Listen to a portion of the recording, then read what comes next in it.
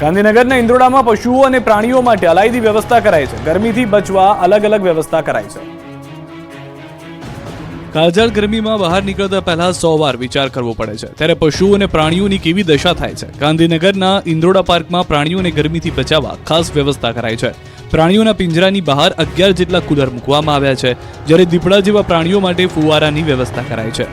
શાહુડી અને કાચબા માટે તરબૂચ, દ્રાક્ષ, શક્કરટેટી વધુ આપવામાં આવશે, જ્યારે પક્ષીઓ અને પ્રાણીઓને પાણી અને લીલો ઘાસચારો અપાય છે.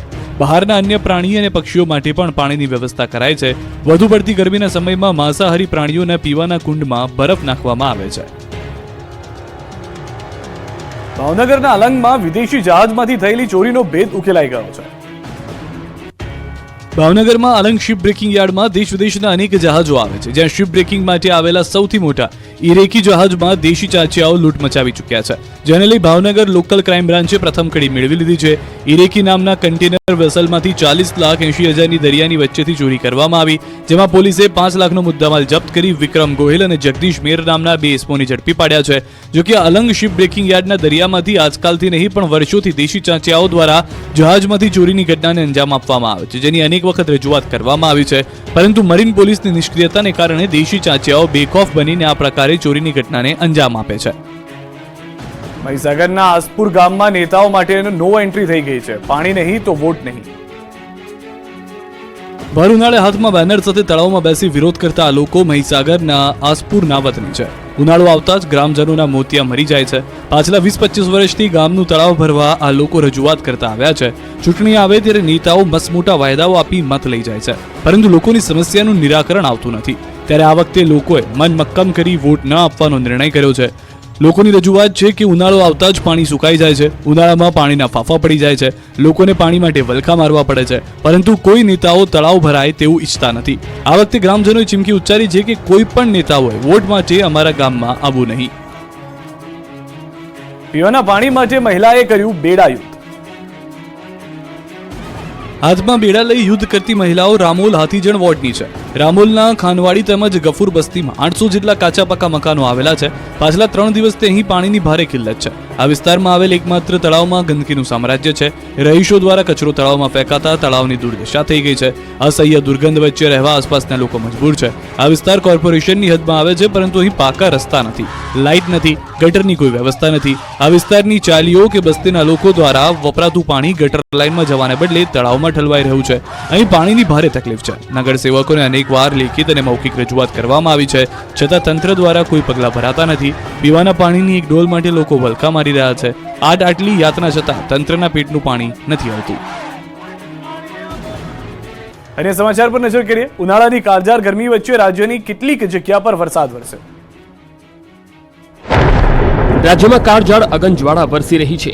લોકો ઘરની બહાર નીકળવા પણ 100 વાર વિચારી રહ્યા છે. એવામાં દક્ષિણ ગુજરાતમાં વરસાદી માહોલ જામ્યો છે.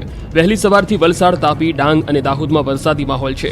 ગરમી વચ્ચે વરસાદી વાતાવરણ સર્જાતા લોકોએ રાહતનો શ્વાસ લીધો છે. સૌપ્રથમ વાત વલસાડની કરીએ તો રાજ્યમાં ભર ઉનાળે કેટલાક વિસ્તારોમાં માવઠું પડ્યું. ઉનાળાની કાળઝાળ ગરમી વચ્ચે કેટલાક ભાગમાં વાતાવરણમાં પલટો જોવા મળ્યો. વલસાડમાં વહેલી સવારે વાતાવરણ વાદળછાયું જોવા મળ્યું.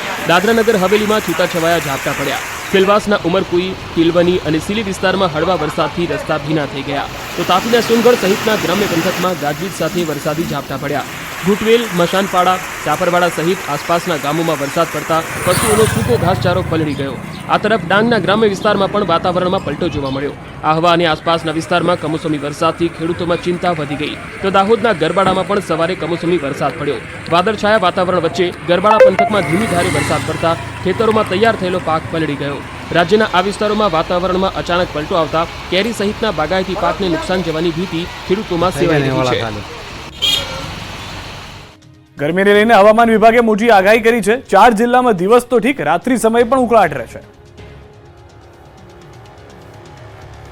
ગરમીને લઈને સૌથી મોટી આગાહી કરવામાં આવી છે. રાજ્યના 4 જિલ્લામાં ગરમી હાહાકાર મચાવશે. જી હા, 4 જિલ્લામાં દિવસે તો ઠીક, રાત્રે પણ ઉકળાટ રહેશે. અમદાવાદમાં આજની રાત ભારે ઉકળાટ ભરી રહેવાની આગાહી કરવામાં આવી છે. બનાસકાંઠા, અમદાવાદ, આણંદ, વડોદરા માટે ગરમીને લઈને ભારે આગાહી કરાઈ છે. તો થોડા રાહતના પણ સમાચાર છે. રાજ્યમાં 3 દિવસ તાપમાનમાં 1 થી 2 ડિગ્રીનો ઘટાડો થવાની શક્યતા છે. 3 દિવસ બાદ ફરી ગુજરાતમાં ગરમીનો પારો ઉચકાશે. પાછલા 3 દિવસથી ગરમીના કારણે 8 જિલ્લાનું તાપમાન 40 ડિગ્રીને પહોંચી ગયું હતું. તો 24 કલાકમાં સૌથી વધુ અમરેલીમાં 40.8 ડિગ્રી તાપમાન નોંધાયું છે. અમદાવાદમાં 40 ડિગ્રી, ગાંધીનગરમાં 39.6 ડિગ્રી તાપમાન રહ્યું. જ્યારે 24 કલાક સુધી ઉત્તર ગુજરાતમાં રાત્રિના સમયે પણ ભારે ઉકળાટ અને ગરમી જોવા મળશે. वार्म नाइट की वार्निंग दी गई है गुजरात रीजन के कुछ हिस्सों में, जिसमें मुख्य तौर पे बनासकांठा, अहमदाबाद, आनंद एंड बड़ोदरा जो है मुख्य तौर पे ये वो हिस्से हैं जहाँ पे वार्म नाइट्स होने की संभावना सबसे ज़्यादा. અમદાવાદ વાસીઓને ગરમીથી બચાવવા એએમસી અમલમાં મૂક્યો છે અમદાવાદ હીટ એક્શન પ્લાન.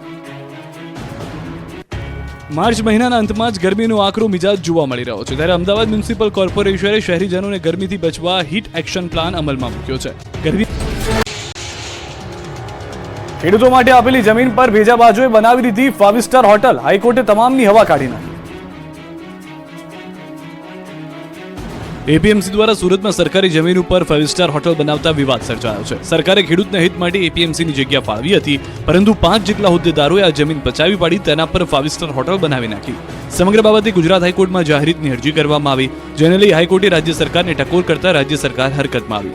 સરકારે તપાસ કરી માર્કેટયાર્ડ પર બનેલી હોટલનો કબજો મેળવી સીલ મારવાની કામગીરી કરી. રાજ્ય સરકાર ખેડૂતોના હિત માટેની જમીન ફરી એકવાર એપીએમસીને આપશે અને 5 સ્ટાર હોટલની જગ્યાએ માર્કેટયાર્ડ બનાવવાની કામગીરી કરવામાં આવશે. ચીફ જસ્ટિસ સુનીતા અગ્રવાલની ખંડપીઠે આ હોટલની હરાજી કરી તેમાંથી ઉપજેલી રકમ માર્કેટયાર્ડના ફંડમાં જમા કરાવી દેવા સરકારને આદેશ કર્યો છે.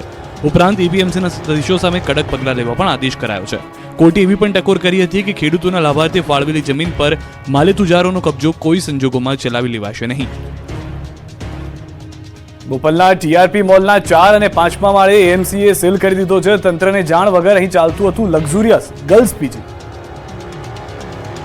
અમદાવાદના બોપલમાં આવેલા ટીઆરપી મોલના 4થા અને 5મા માળને કોર્પોરેશને સીલ મારી દીધો છે. કોર્પોરેશને વપરાશ હેતુસર પરવાનગી આપી હતી, પરંતુ આ 2 માળમાં ગર્લ્સ પીજી હોસ્ટેલ ચાલી હોવાનું સામે આવ્યું. સમગ્ર માહિતી મોલમાં આગ લાગી ત્યારે સામે આવી છે. ટીઆરપી મોલમાં 23 માર્ચ 2024ના રોજ ભીષણ આગની ઘટના બની. જહેમત બાદ ફાયર વિભાગ દ્વારા આગ પર કાબુ મેળવવામાં આવ્યો. ત્યાં આવેલી ગર્લ્સ પીજી હોસ્ટેલમાંથી કેટલીક યુવતીઓને સલામત બહાર કાઢવામાં આવી. ત્યારબાદ મહાનગરપાલિકાના ધ્યાનમાં આવ્યું હતું કે કમર્શિયલ કોમ્પ્લેક્સમાં પીજી ચલાવવામાં આવી રહ્યું છે. મનપાએ luxurious girls PG, fun zone, game zone અને મુક્તા A2 સિનેમાને સીલ મારી દીધું છે. મનપા દ્વારા થિયેટરના માલિકોને વપરાશ પરવાનગી આપી હતી, પરંતુ લક્ઝુરિયસ પીજી ચાલતું હોવાની સામે આવતા મનપાએ કડક કાર્યવાહી હાથ ધરી છે. મનપાની સીલિંગ કાર્યવાહીમાં યુવતીઓનો સામાન સીલ કરેલા યુનિટમાં રહી જતા રકઝક ચાલી રહી છે. ધોરાજીના સુપેડીના પૌરાણિક મુરલી મનોહર મંદિરના પ્રાણ પ્રતિષ્ઠાના પ્રશ્નોનો સુખદ અંત આવ્યો. રાજકોટના ધોરાજીના સુપેડી ગામમાં આવેલ પૌરાણિક મુરલી મનોહર મંદિરનો પ્રાણ પ્રશ્નનો સુખદ અંત આવ્યો છે. આંદોલન પર ઉતરેલા મંદિરના 2 ભક્તગણોને ભાજપ આગેવાન અલ્પેશ ઢોલરિયાએ પારણા કરાવ્યા. મહંત રવિદાસ બાપુ અને ભક્તગણોને ખાતરી અપાતા આંદોલનનો સુખદ અંત આવ્યો. મંદિર રિનોવેશનને લઈને સરકારી તંત્ર અને ભક્તગણ વચ્ચે ગેરસમજ થઈ હતી. નીતિ નિયમના ફેરફારના પ્રશ્નો સંતો ઉપવાસ પર બેઠા હતા.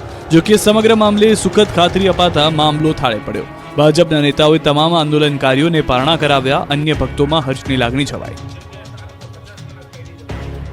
સરકારી કર્મચારી ચૂંટણી વખતે કોઈ પણ ઉમેદવાર માટે કે પાર્ટી માટે કામ કે ફંડ ફાળો કરી શકશે નહીં. ગુજરાત રાજ્યના સામાન્ય વહીવટી વિભાગ દ્વારા તેમના કર્મચારીઓ માટે એક અધિસૂચના જાહેર કરી છે, જેમાં સરકારી કર્મચારીના વર્તન, વર્તણૂક અને અભિગમને લઈને સૂચનાઓ જાહેર કરી છે. તે મુજબ તે રાજકીય ચળવળ અથવા પ્રવૃત્તિમાં ભાગ લઈ શકશે નહીં કે તેમાં મદદરૂપ ફાળો પણ આપી શકશે નહીં. તેમજ સરકારી કર્મચારી કોઈ પણ રાજકીય પાર્ટી માટે કામ કરી શકશે નહીં. આ સિવાય ચૂંટણીની ફરજ દરમિયાન તેઓ કોઈ પણ પ્રકારની ગુપ્તતાનો ભંગ કરશે કે તેની માહિતી આપશે તેવા સંજોગોમાં તેમની સામે કાયદાકીય રાહે શિક્ષાત્મક પગલાં લેવામાં આવશે તેવી સ્પષ્ટ તાકીદ કરવામાં આવી છે. ચૂંટણી સમયે કોઈ પણ સરકારી કર્મચારી કોઈ પણ રાજકીય પક્ષનો કે રાજકારણમાં ભાગ લેતા સંગઠનોનો સભ્ય થઈ શકશે નહીં તેવી તાકીદ કરાઈ. સરકારી કર્મચારીથી ચૂંટણીમાં સીધી કે આડકતરી રીતે પ્રચાર થઈ શકશે નહીં કે તેમાં દખલ પણ કરી શકાશે નહીં. ચૂંટણી વખતે અધિકારીઓ ઉમેદવારો માટે કામ નહીં કરવા અને મતદાન ઉપર અસર થાય તેવું કોઈ પ્રવૃત્તિ નહીં કરવા માટે તાકીદ કરી. જો આ અંગેની જોગવાઈનો ભંગ થશે તો ગુનો સાબિત થયા પછી તેને 3 મહિનાની મુદત સુધીની કેદ અથવા દંડ કે બંને શિક્ષા થઈ શકે છે. બનાસકાંઠા બેઠકના ભાજપના ઉમેદવાર ડોક્ટર રેખાબેન ચૌધરી દ્વારા જોરશોરથી પ્રચાર કરાઈ રહ્યો છે. જનસંપર્ક સભાઓમાં રેખાબેનને બહોળો પ્રતિસાદ મળી રહ્યો છે.